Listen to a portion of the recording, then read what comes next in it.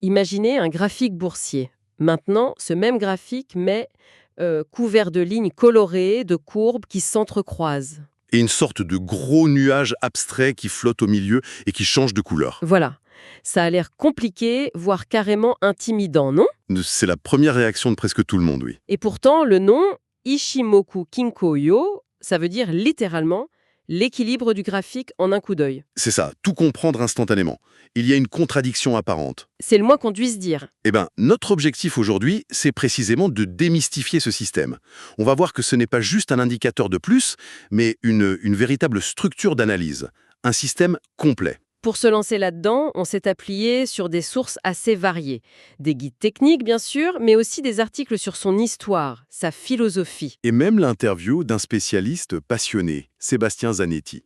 Oui, et il apporte une perspective vraiment profonde.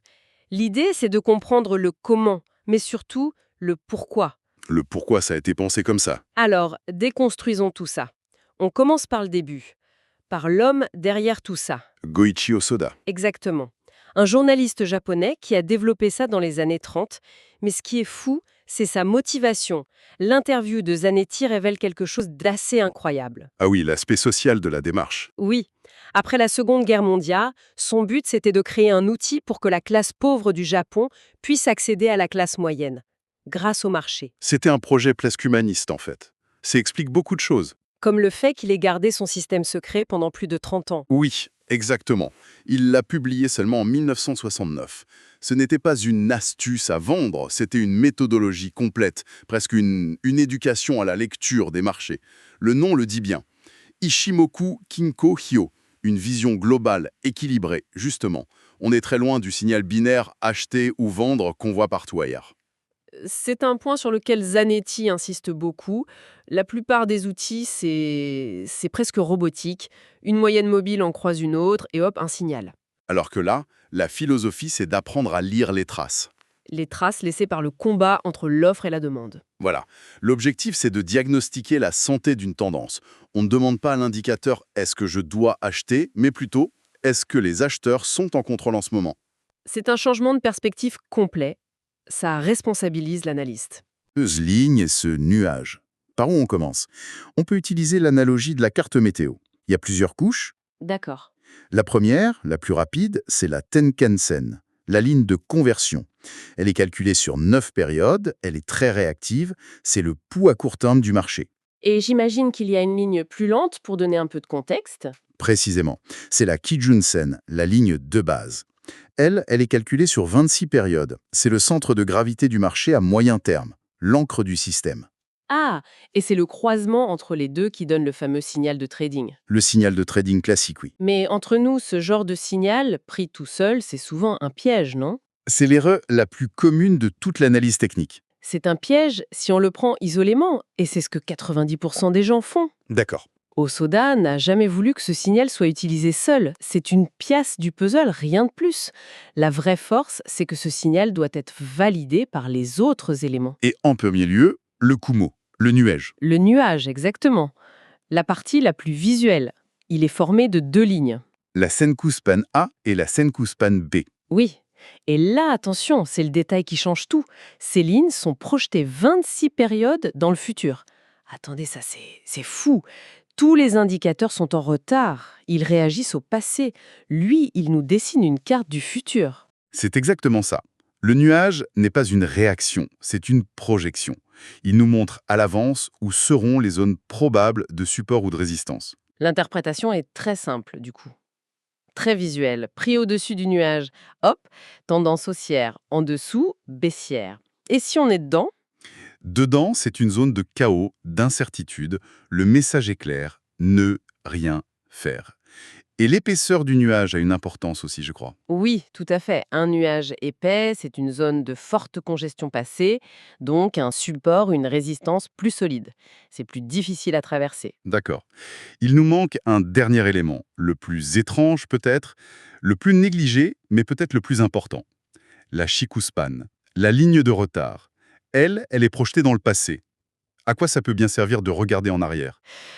C'est le vérificateur final. C'est juste le prix de clôture actuel, mais on le décale de 26 périodes en arrière sur le graphique. D'accord. Et l'idée, c'est de comparer quoi avec quoi?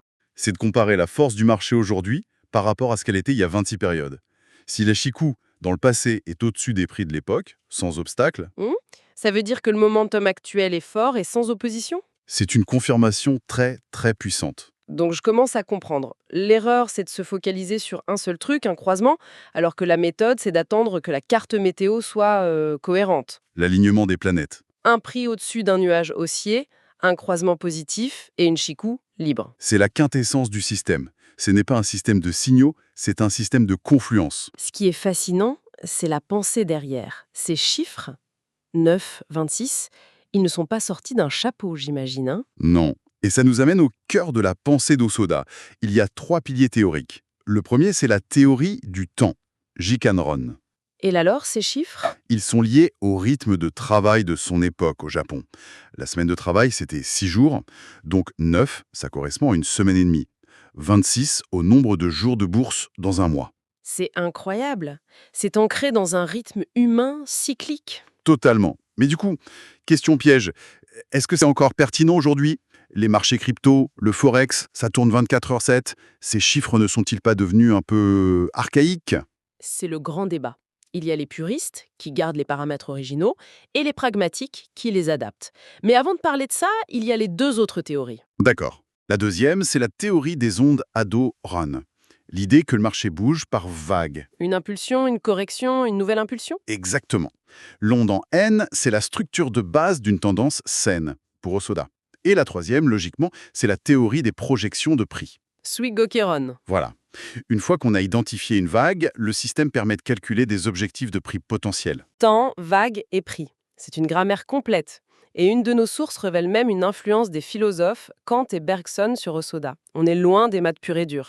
Absolument. Il voyait le marché comme un phénomène dynamique presque vivant. Alors revenons à ma question sur l'adaptation. Si on utilise Ichimoku aujourd'hui sur les cryptos, on garde 9 et 26 ou on change tout? C'est le point crucial.